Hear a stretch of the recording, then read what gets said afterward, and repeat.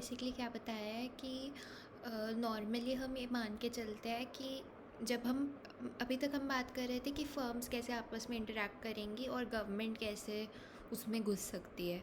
अब हम बात करेंगे कि गवर्नमेंट्स जो हैं वो आपस में किस तरह की गेम खेलेंगी।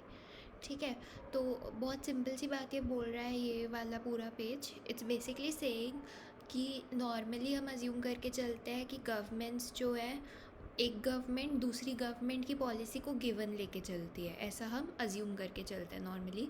बट इसका कोई स्पेसिफिक रीज़न नहीं है।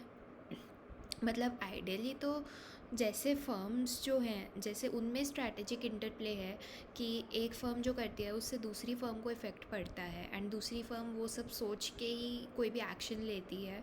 तो बेसिकली आप जो करते हो उससे मुझे फ़र्क पड़ रहा है, मैं जो कर रही हूँ उससे आपको फ़र्क पड़ रहा है। तो ऐसा नहीं है कि हम दोनों इंडिपेंडेंट हैं। सेम वे में गवर्नमेंट्स भी होती हैं।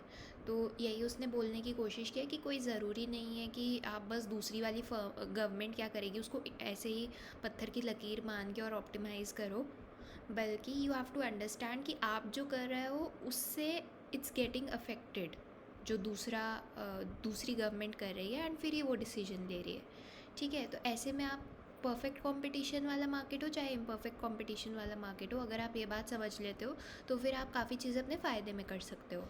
ठीक है, अगर आप पहले सब्सिडी लगाते हो तो हो सकता है आप ये दूसरी सरकार को वो अपॉर्चुनिटी ना मिले कि वो सब्सिडी लगा पाए, क्योंकि आपने सब्सिडी लगा दी है, ऑलरेडी आउटपुट बढ़ गई है मार्केट में।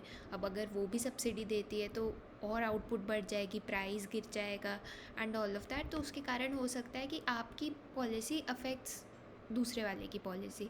इसका एक एग्जांपल ये दिया है, बेसिकली ये जो है ये टैरिफ के बेस्ट रिस्पॉन्सेस हैं। अगर दूसरी कंट्री जो है, फॉरेन कंट्री टैरिफ ज़ीरो रखती है तो आपको बेसिकली कितना टैरिफ लगाना चाहिए?